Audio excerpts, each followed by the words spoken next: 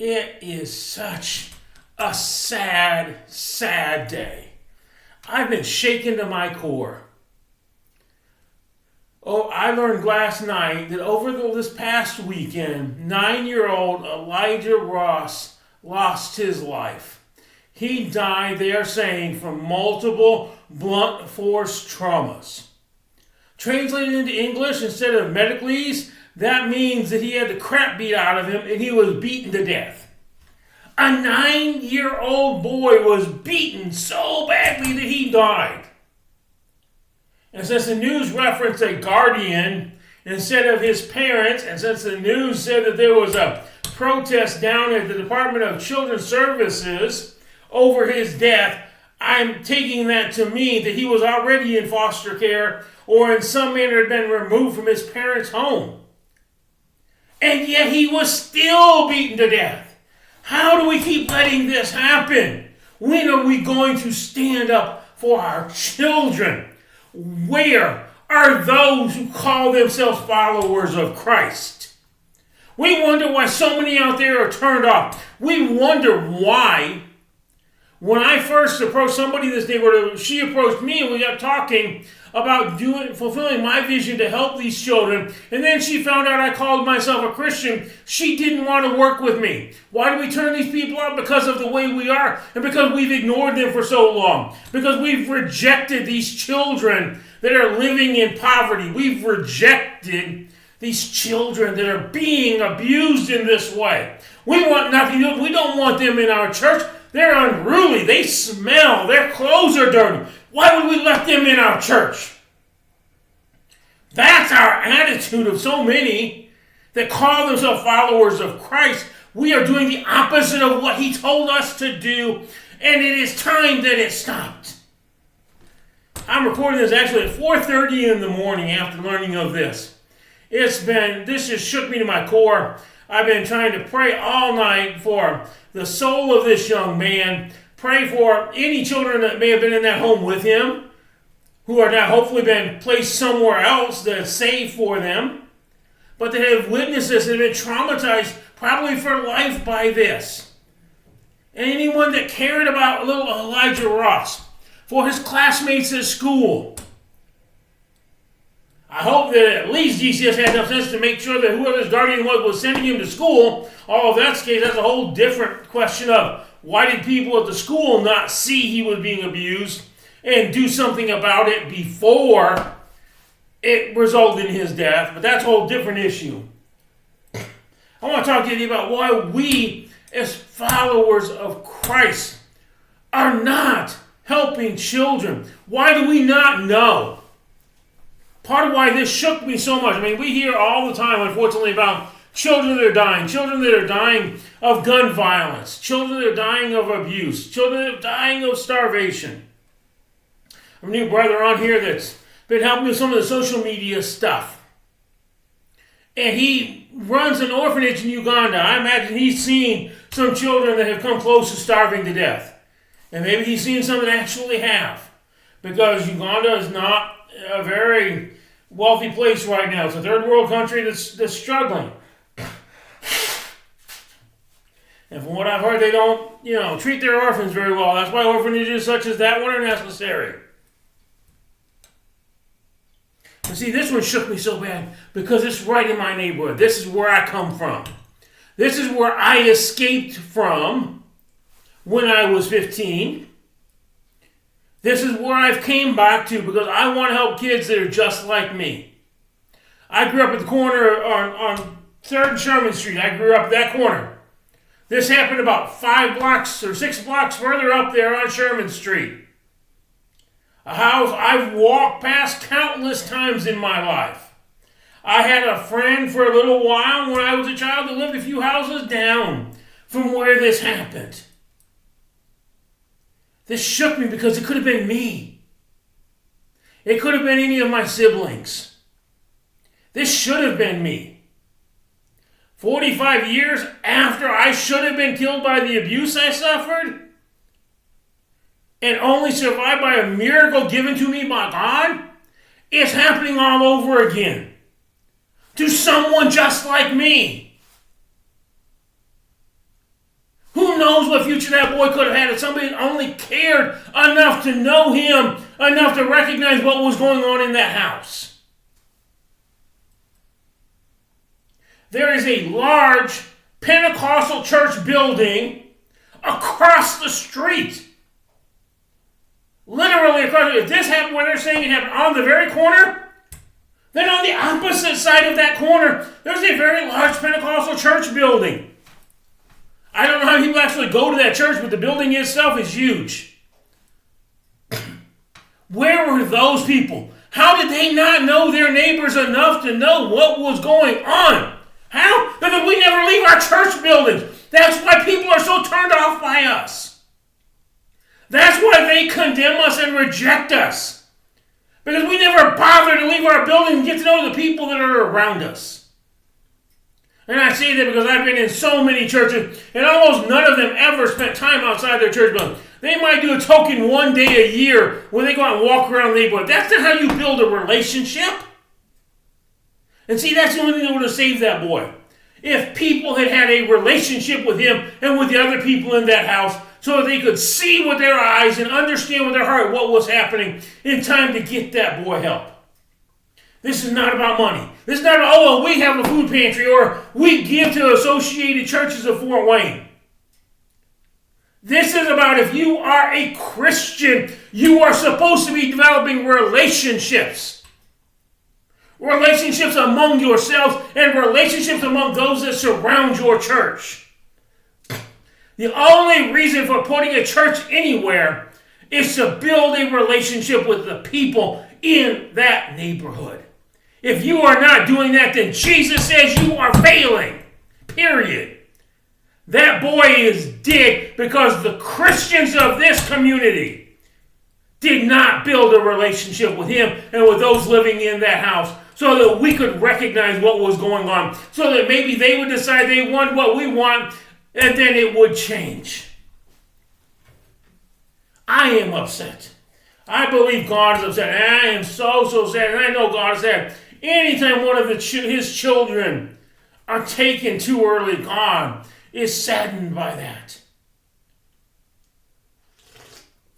We should all be saddened. If you're watching this video, you should be saddened by the fact that 9-year-old Elijah Ross, and I'm going to keep saying his name because we need to know his name. We need to understand that he was a person. He was a little boy.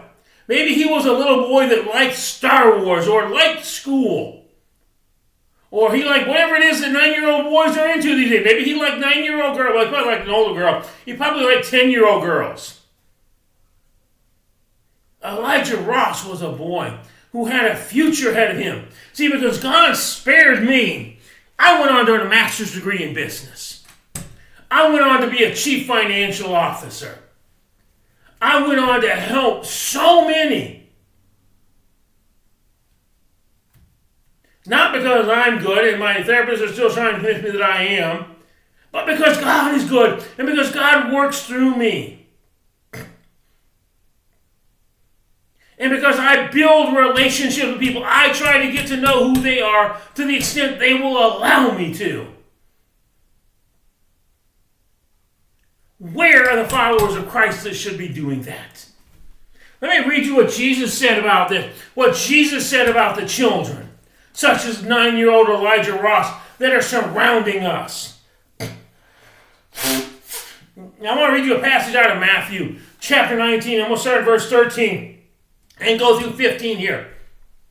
And this is called the Passion Translation. This is a very easy to understand. It hits right at the heart of the matter. So if you're not a believer, if you're watching this right now because you want to know what I mean about this little boy that died, that's okay if you're not a Christian. You don't have to believe, but listen to this. See if this doesn't make sense to you. That this is the way those who say they're followers of Christ should be acting. Then they brought little children to Jesus so that he would lay his hands on them, bless them, and pray for them. But the disciples scolded those who brought the children, saying, "Don't bother him with this now." Jesus overheard them and said, "I want little children to come to me, so never interfere with them when they want to come. For heaven's realm is composed of beloved little ones like these." Listen to this truth. No one will enter the kingdom realm of heaven unless he becomes like one of these. Then he laid his hands on each of them and went on his way. So who are these little children that were being brought to Jesus that the disciples suddenly objected to? Were these the children of the religious elite or of political leaders? Were these the powerful? Were these the kind of kids that I went to middle school with at Memorial Park and I went to high school for a semester and a half with at Homestead? Of course not. Were these children of rich parents? Of course not. Were these kids that were dressed nice and fancy and all clean and had manners and they stood in line waiting their time? No! If it was something like that, they would want them to come.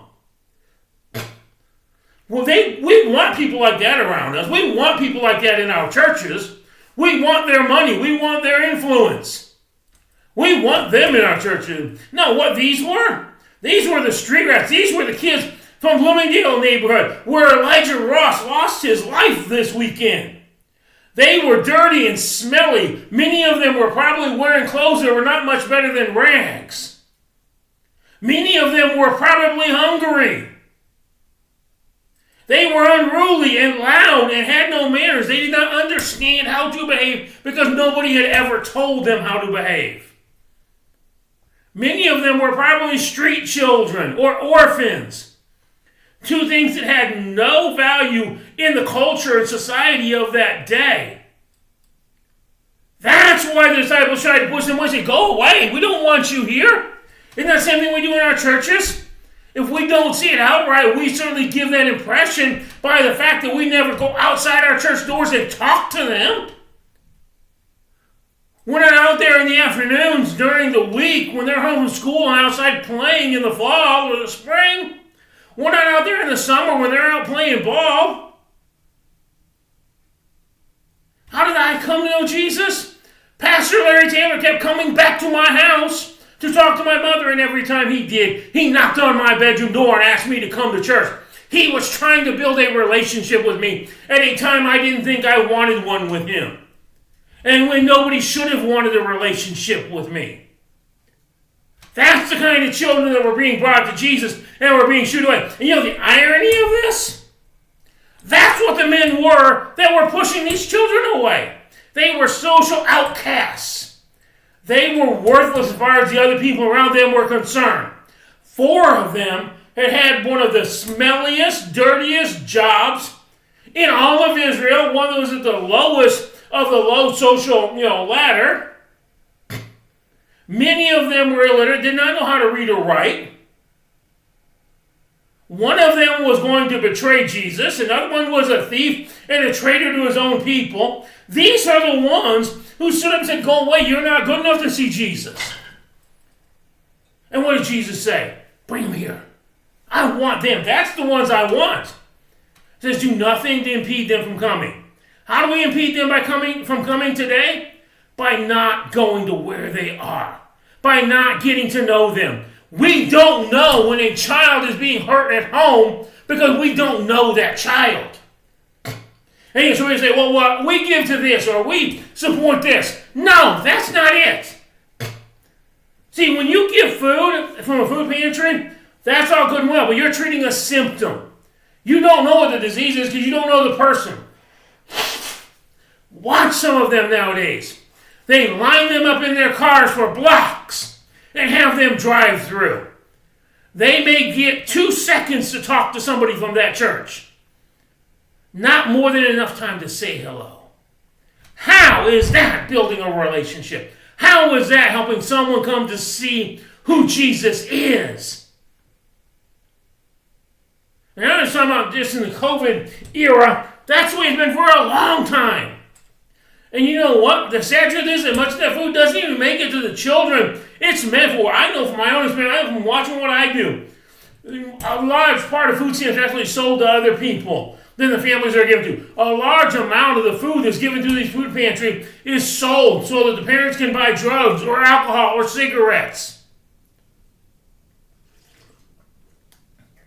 You want to help those children get to know them. Give them a chance. We have got to stop letting our children be abused and murdered.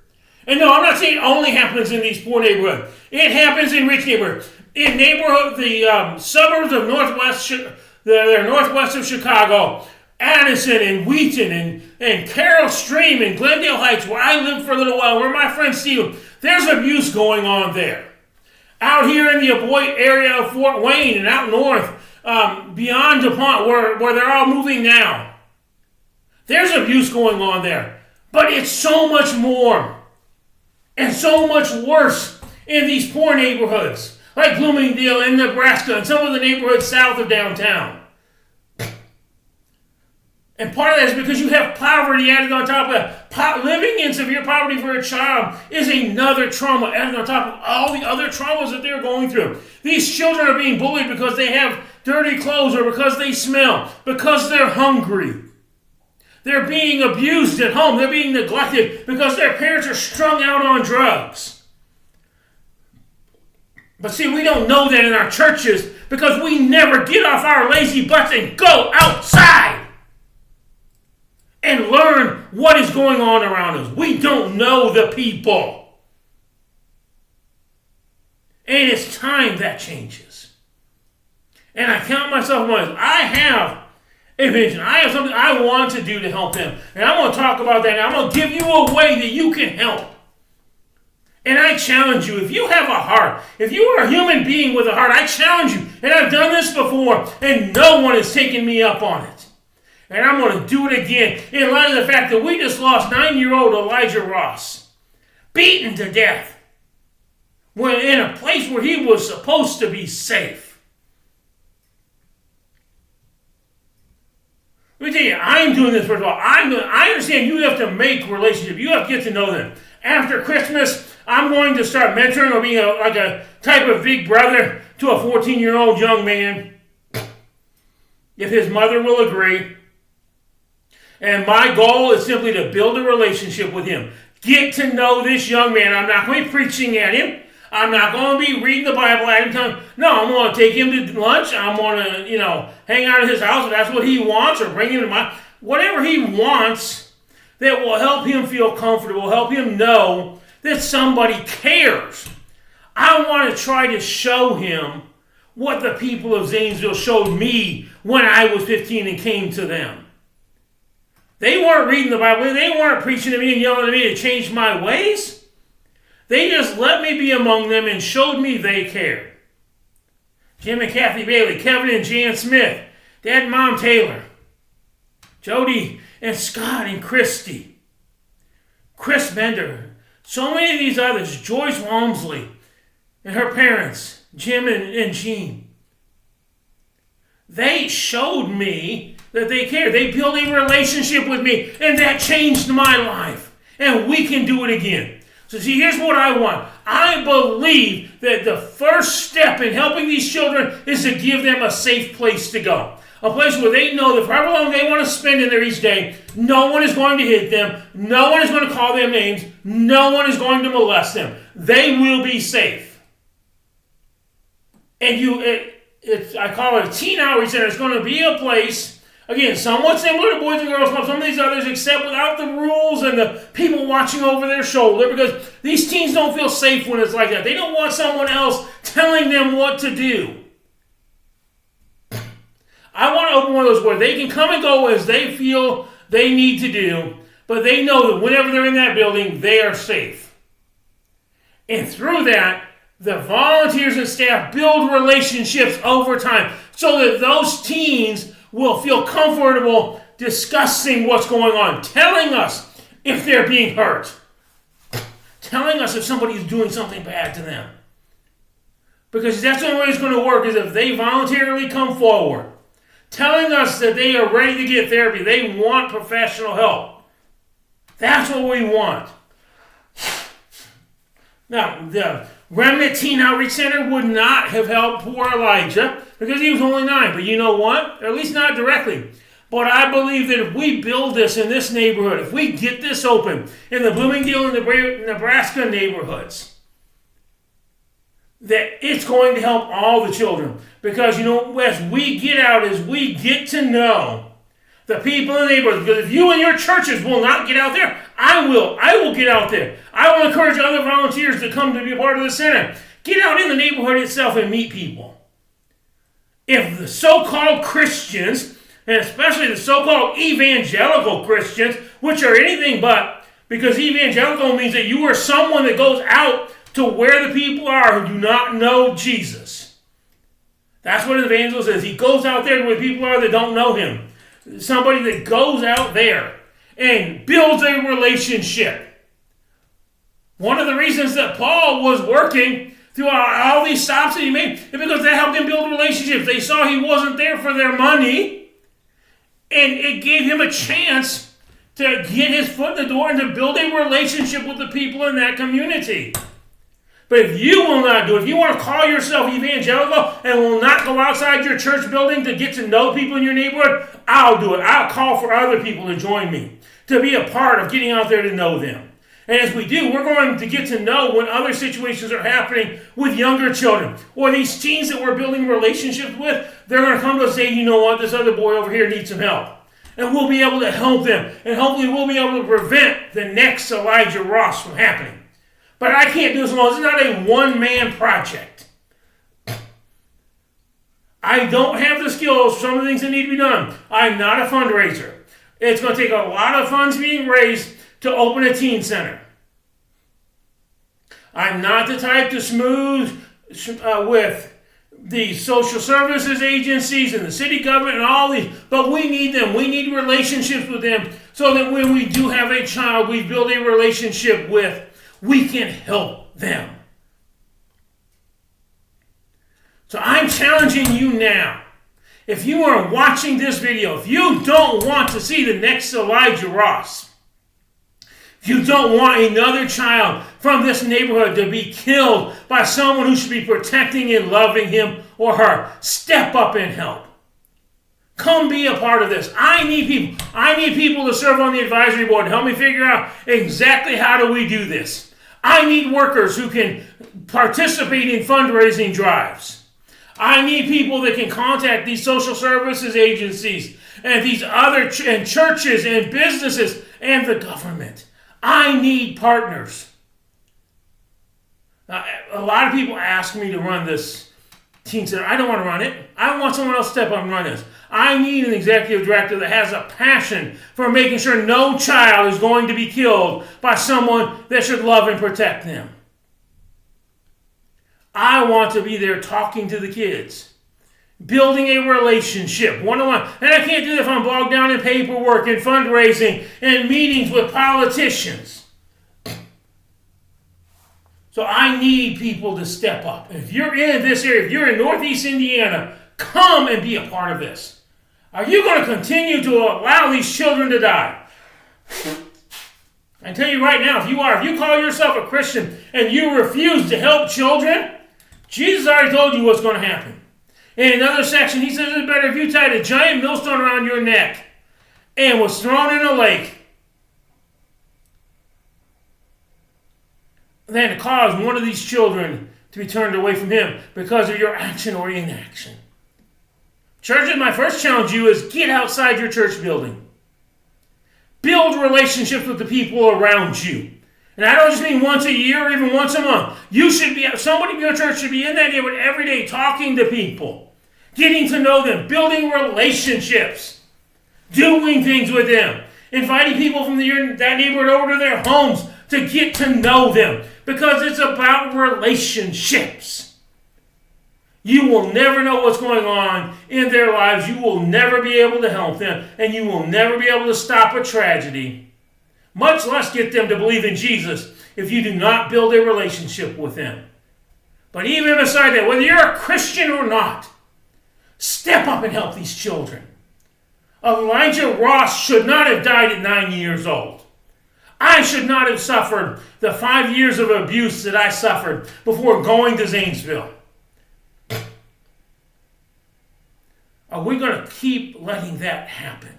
Or is someone going to step up and help? And if you're not here, or if you cannot help, and money is your answer, and unfortunately for so many people it is money, is the only answer they have to how they can help.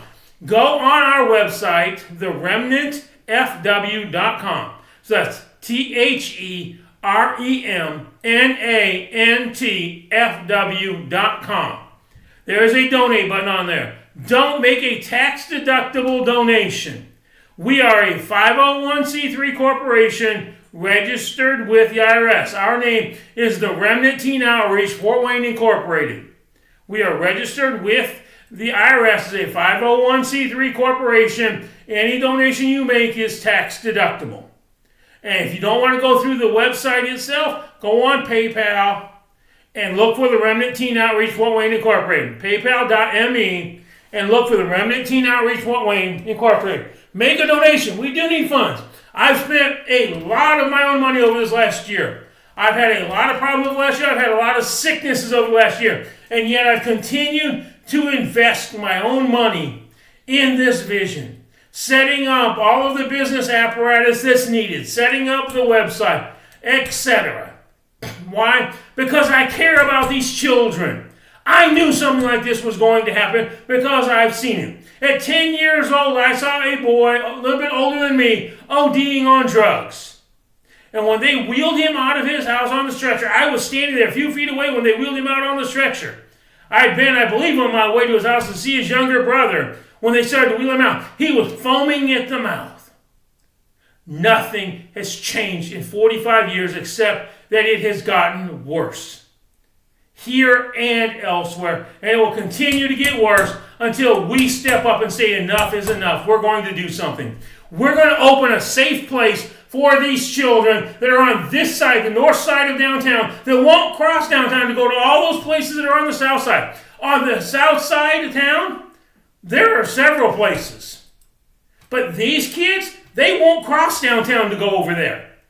If we want to reach them, we have to come to where they are. And that's the story for any church. If you truly wanted to reach the people, you'd go where they are. Right around your church, right next door to your church. And build a relationship with them. Don't be asking them to come to church. Just build a relationship. And then they will come on their own.